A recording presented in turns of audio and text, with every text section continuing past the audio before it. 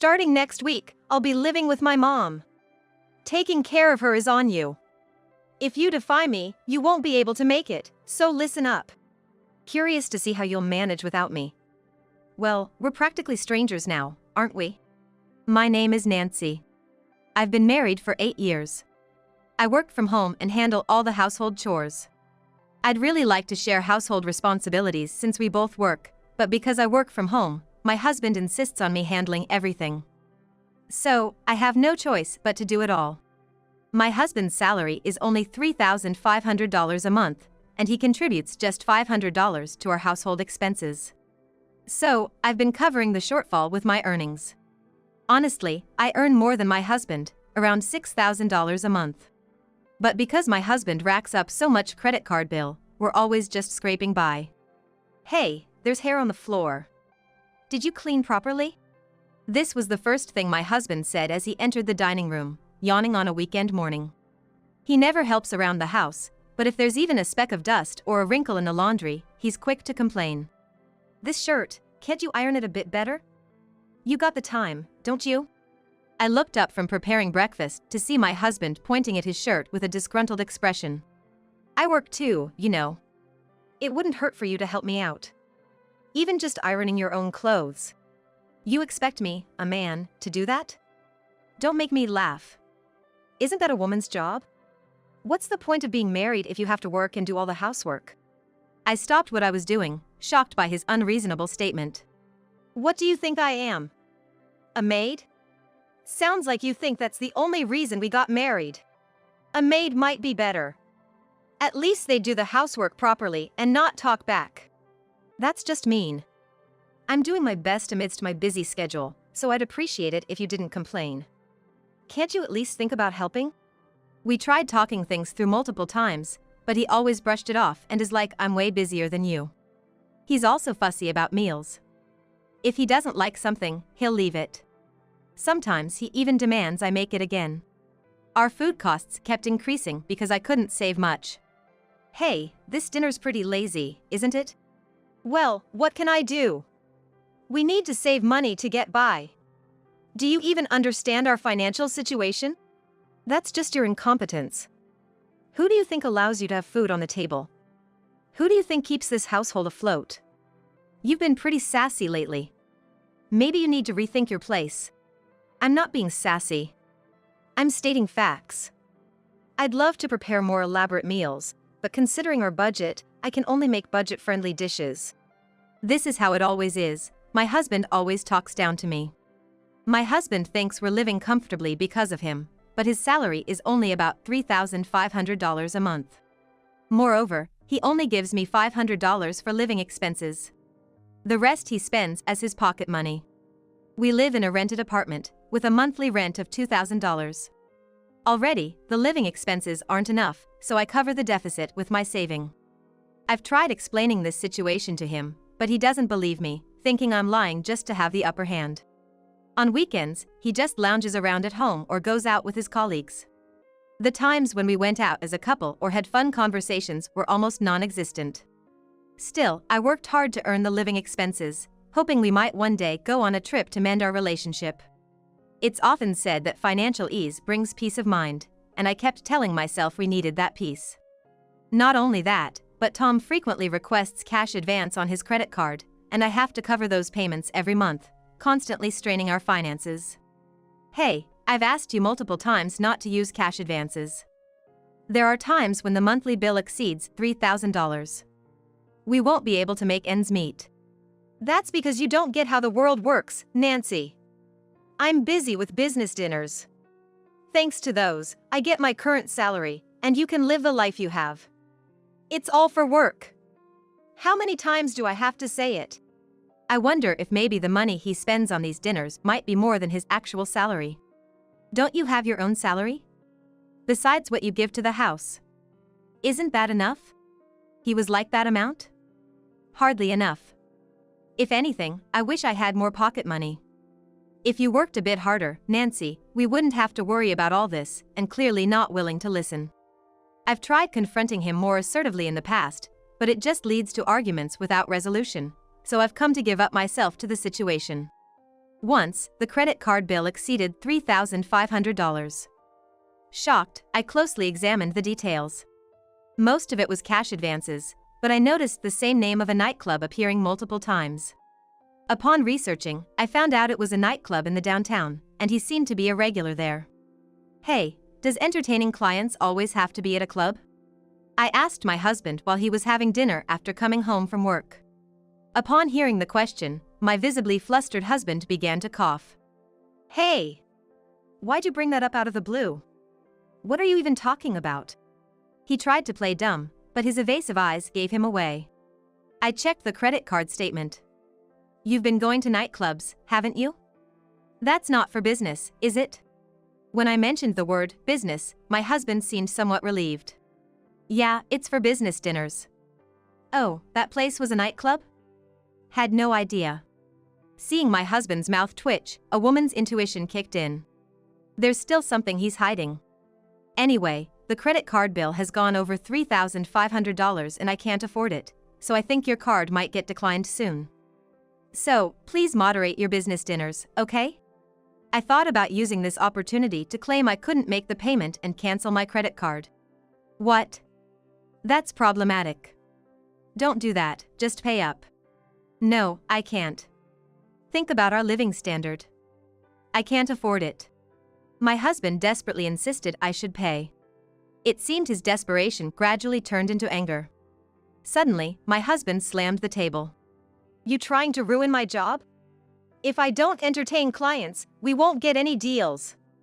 I struggle in ways you don't see. I know you're working hard. But do we really need to go into debt for whining and dining? Doesn't the company cover that sort of expense? The company ain't that generous. You, with no clue about the real world, shouldn't talk as if you know. With that, my husband dramatically closed the door and went to the bedroom. I could only sigh, continuing my dinner alone. One day, as soon as my husband returned from work, he blurted out to me. We're gonna live with my mother starting next week. You'll be in charge of taking care of her. What? What's this all about? You can't just drop this on me. It's no big deal. You're always home. I have work, so I can't take care of her. Hey, I work too. It's impossible for me to juggle a job, housework, and caregiving. Really? Your job's just some easy task at home with a computer, right? Not like my hectic job. Anyway, I'm counting on you. How are we gonna manage the household expenses with no money? Shut it. All you need is cutting back. We're already cutting back. We're in this situation even with the cuts. Be aware of that. I lost my temper at his unilateral decision and yelled. Seeing me like that, my husband looked surprised. After a moment of silence, he grinned, seemingly having an idea. Oh, if we live in my family home, we won't need to pay rent, right? That'll save money. Yeah.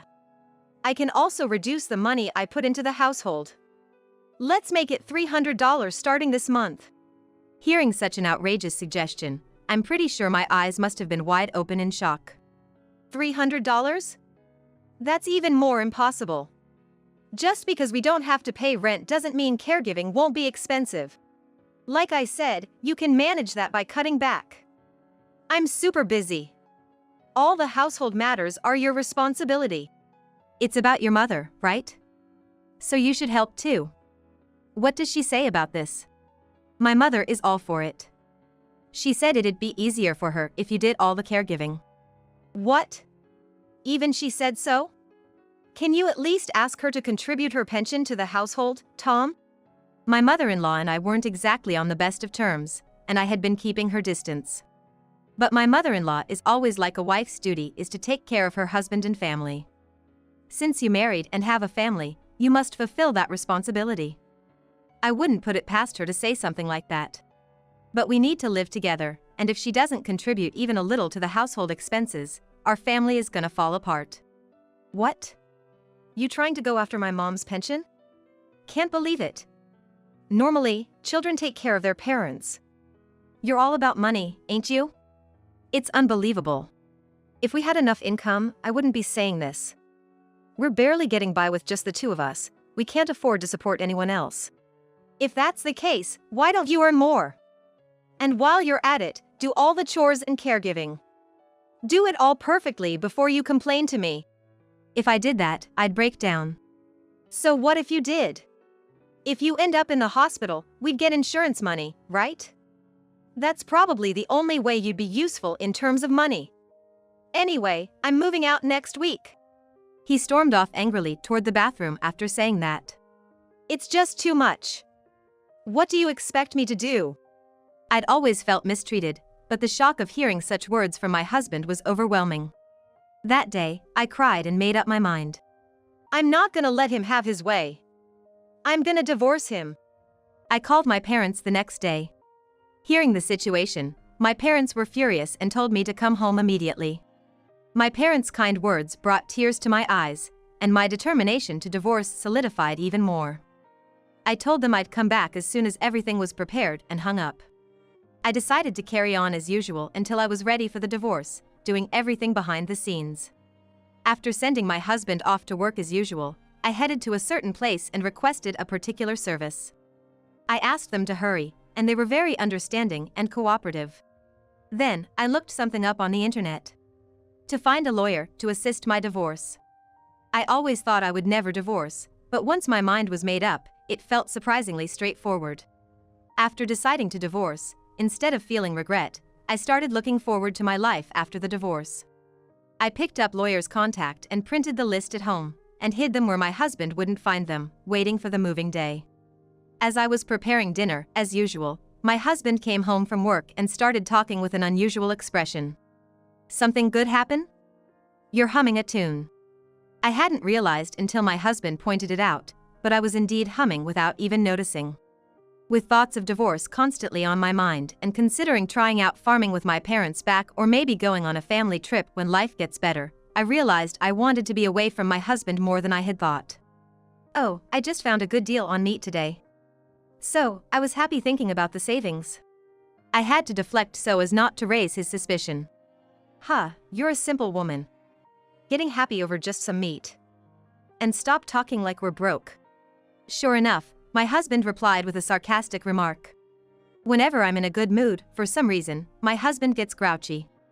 I should have noticed these oddities, but I think I just chose to ignore them. But, knowing that we could be getting a divorce soon made me feel kinder towards my husband. Yeah. Dinner's ready. Here you go. You should have had dinner ready by the time I got home. I come home hungry, you know. My bad. I'll be more mindful next time. Whether there would be a next time or not, I put aside. Oh, we're moving next week. Arrange the movers. Throw out what we don't need and pack only the essentials. Our appliances are newer than the ones at my parents' place, so we're taking them. Got it? Understood. Decluttering is important. I'll discard the unnecessary stuff. And I'll have the movers take care of the appliances, don't worry. I was gonna stay true to these words. With that in mind, I could respond with a smile even to the words that usually upset me. And then, on moving day. Make sure you handle the move properly today. Be respectful towards my mother. I'll come back after work to check if you've done it right. Pointing at me, he said this and left the house. I wanted to ask what he meant by being respectful towards my mother, but I held my tongue. If he was gonna return after work, it'd be just fine. As planned, I asked the movers to proceed with the moving tasks. Professionals were indeed quick, and in no time, the house was empty. Standing in front of the echoey house made me feel a bit lonely. As I was leaving, I was like, thank you for everything, and headed to my parents' home in my car. I didn't forget to leave the lawyer's contact on the entryway shelf. That evening, as expected, I had a barrage of missed calls from my husband. But I was busy unpacking at my parents' place and didn't answer. When I checked my phone later, I saw 50 missed calls, some of which were from my mother-in-law, which sent shivers down my spine. Just as I thought this, another call came in, and I answered. Hello? It ain't just hello. What the heck did you do? Are you kidding me? My husband was livid. His shouting was so loud that I instinctively pulled the phone away from my ear. I'm not kidding.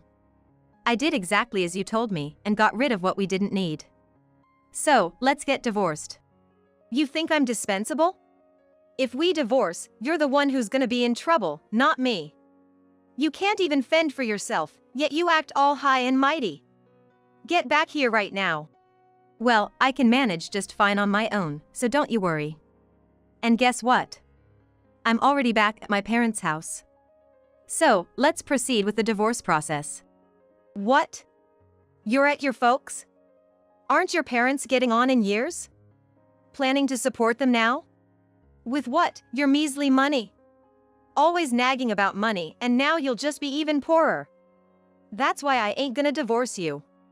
Apologize now, and I might take you back.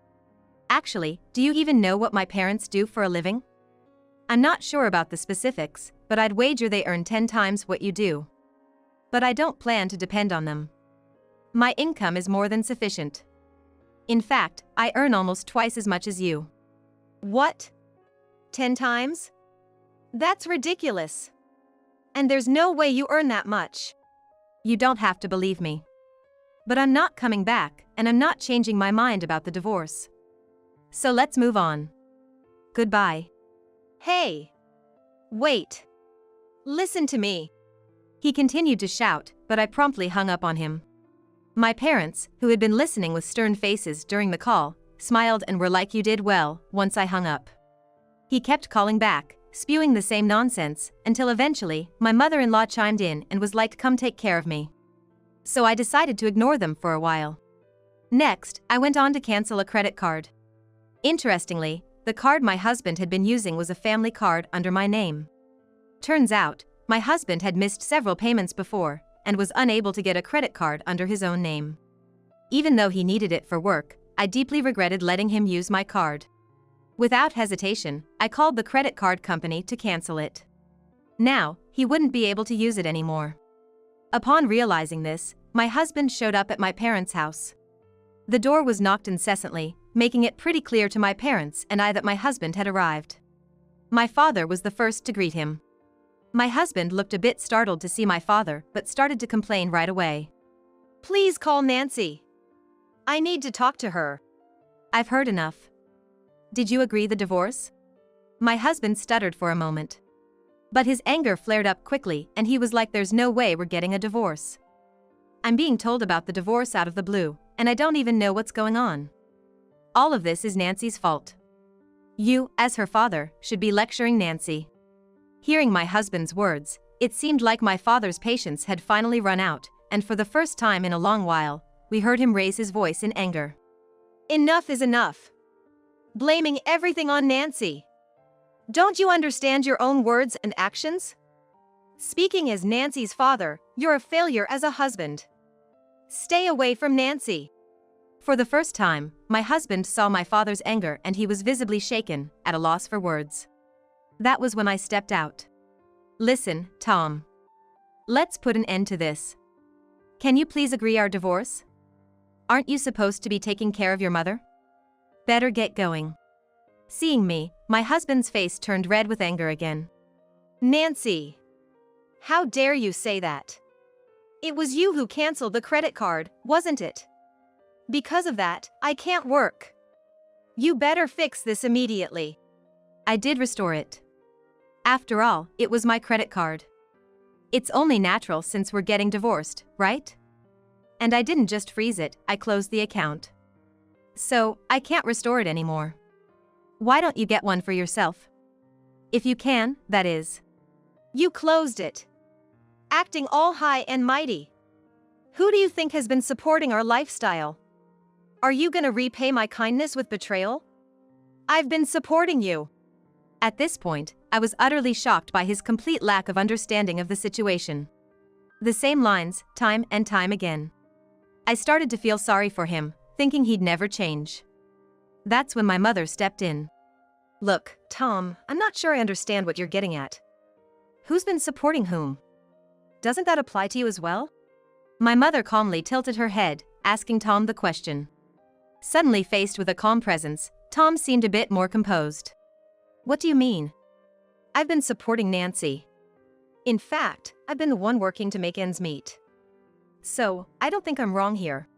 Hearing Tom's words, my mother sighed and responded. "Well then, who was taking care of the house while you worked?" Cooking, shopping, doing laundry, and cleaning? Are you saying you did all of that too? No, but that's what someone who's being supported is supposed to do. If she didn't, what would be my role? It sounds like you could do all that by yourself then. Listening to you, it seems like you don't understand Nancy's value. Marriage isn't just about dividing tasks. It's about supporting each other. Seems like you got the wrong idea. My husband was at a loss for words at my mother's calm reasoning. But he didn't seem convinced, rather he seemed to be searching for words to defend himself. But we did support each other, right? Nancy, didn't we?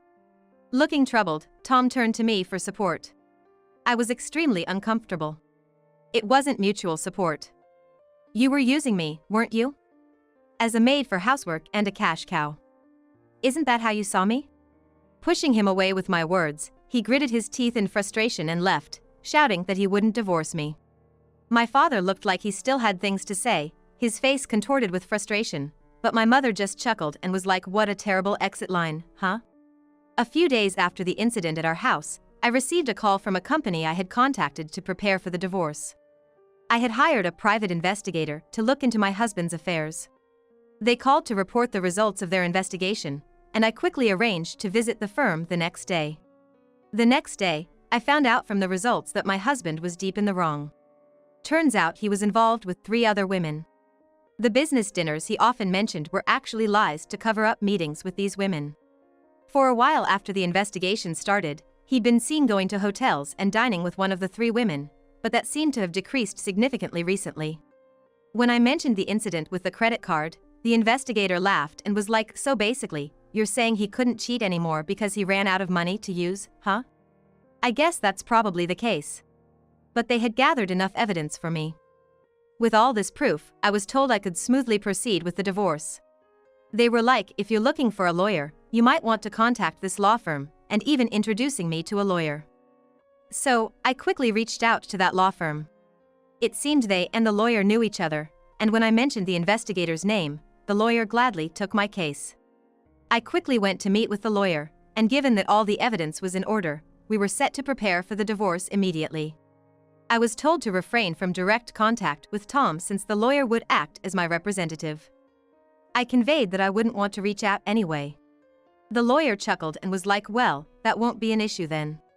After some time, I guess he received the formal notice because I started getting a barrage of calls, but I didn't answer any of them due to my agreement with the lawyer. However, later, the lawyer contacted me and was like, "Tom wishes to have a discussion with both of us present." Of course, you can decline, but what do you think? Wanting to resolve things quickly, I agreed to the meeting under the condition that my lawyer would be present. On the appointed day, my lawyer and I met with Tom and his mother at the law firm. I was like, "Why his mother is here?" It seems my husband wanted to bring her together. "We're here to discuss, as stated in the notice, your divorce process and Tom's affair. Let's hear your side." "Well, I haven't cheated. This is all a misunderstanding. She probably fabricated all this because she wanted attention. It's really uncomfortable that you're involving an unrelated lawyer. I'm so annoyed, I'd almost like to sue for defamation." "Yeah, that's right. There's no way my son would cheat. She's such a nuisance. And she even wants a divorce? After saying she'd live with us and even take care of me? This is ridiculous." Both of them seemed quite outraged. The lawyer and I were just exasperated. "Do you think we sent the formal notice without any evidence?" With that, the lawyer showed them the evidence gathered by the investigation. My husband went pale as he saw it. "Firstly, you've been seeing this woman for about a year. We've also taken a statement from her." Seeing the photos of him entering a motel with a woman, his mother's hands began to tremble. "Wait, that's not you, right? It must be someone who looks like you. And the woman who gave the statement is probably in on this too. This is unfair." Tom just looked down without responding. "Next, you've been involved with this woman for about 6 months. We've got a statement from her as well, and she has admitted to the relationship. Lastly, you've been seeing this 3rd woman for about 2 months. We have her testimony too." Both Tom and his mother were visibly shaken. "This is fake. I don't know any of them." Tom mumbled quietly while looking down. It seemed like he was starting to break out in a cold sweat. Why are you so clearly in those pictures? You were hugging and holding hands. By the way, why do you think all these women testified against you? Tom, you understand, right? When the lawyer said this, Tom's face briefly turned pale, but then he lowered his gaze and remained silent. Come on, if you know something, say it. Get a grip. Today is about making Nancy apologize and come back. His mother shook him while saying this, but my husband didn't say anything. Of course, he wouldn't. Tom, you were hiding the fact that you're married from all these women, right? They didn't know you were married, and they asked about the certified mail. I explained the situation properly to them. Tom then raised his head and started to speak with a wry smile. All right, I understand. I'll accept the divorce. Is that okay? My income has decreased now, and I can't afford to pay my living cost, so can you do something with it? Will that settle things? What are you talking about? There's no way we can agree to that. What about my caregiving? Shut up. Just be quiet. Tom finally erupted into a quarrel with his mother right in front of us. What will you do? The lawyer turned to me for my opinion since it seemed like they needed it. I have no intention of changing my mind. We're getting a divorce, and I don't know anything about your income situation. I said, speaking up for the first time. Both Tom and his mother stared at me in surprise. It's mostly your fault anyway. Why can't you just obediently do as I say, he yelled. That's right. You're the one who married once, so it's only right for you to take care of us. I decided to have the final say on this self-centered matter. Tom, you might be reported by the other women besides me. After all, you proposed to all of them and even borrowed money. Oh, by the way, congratulations. It seems like you're going to have a child next year. I don't know if you'll get your mother see though. As I said this with a smile, the two who had been so spirited until then were left stunned. So, if there's nothing else to discuss, we'll end it here. Please contact me if anything comes up in the future. In the quiet room, the lawyer concluded the meeting, and I left. The two of them seemed to be enveloped in an atmosphere that was on the verge of sinking. Seeing those two like that, I felt relieved. In the following days, the divorce process started, and eventually the divorce is about to be finalized without any issues. Regarding the division of property, we received confirmation of agreement and it'd be proceeding further. Afterward, my ex-husband's workplace became aware of the rumors about this incident, making his job awkward. He eventually resigned. However, due to the living expenses, caregiving costs he had to pay, he couldn't afford to be unemployed and had to work multiple part-time jobs. Interestingly, the manager at one of his part-time jobs happened to be my friend, but my ex-husband didn't know that. He told the manager the story like he was the tragic hero. But my friend was like, it's all your fault, isn't it? Do you know the concept of karma? After hearing that, my ex-husband became quiet and obedient. So, my ex-husband now lives from his money, trying to make ends meet. When he returned home, unfamiliar caregiving duties awaited, and he couldn't keep up with the housework, turning their home into a mess. Due to reports from the neighbors, the authorities had to intervene, and my mother-in-law ended up in a nursing home. My ex-husband, on the other hand, started missing work due to fatigue and stress. He even had to sell his family home to manage his expenses and payments. This is what I heard from my friend. His whereabouts are unknown after that, but an acquaintance mentioned seeing my ex-husband tossing garbage in the dumpster of a rundown apartment complex, so it seems he's still alive. As for me, the divorce went through smoothly, and I felt an incredible sense of relief. With the source of stress gone, my work is going well, and I received a raise. Since I had inconvenienced my parents during this whole ordeal, I planned a trip with them for next month, and I'm really looking forward to it. My parents manage rental properties, so they're usually at home, and recently, we've been enjoying gardening together, creating a small garden in our backyard. If I could have this happy everyday life, I wish I had divorced sooner. Afterward, a friend introduced me to a wonderful man. He's kind, caring, and values me deeply. He's become close with my parents, and there might even be a remarriage in the near future.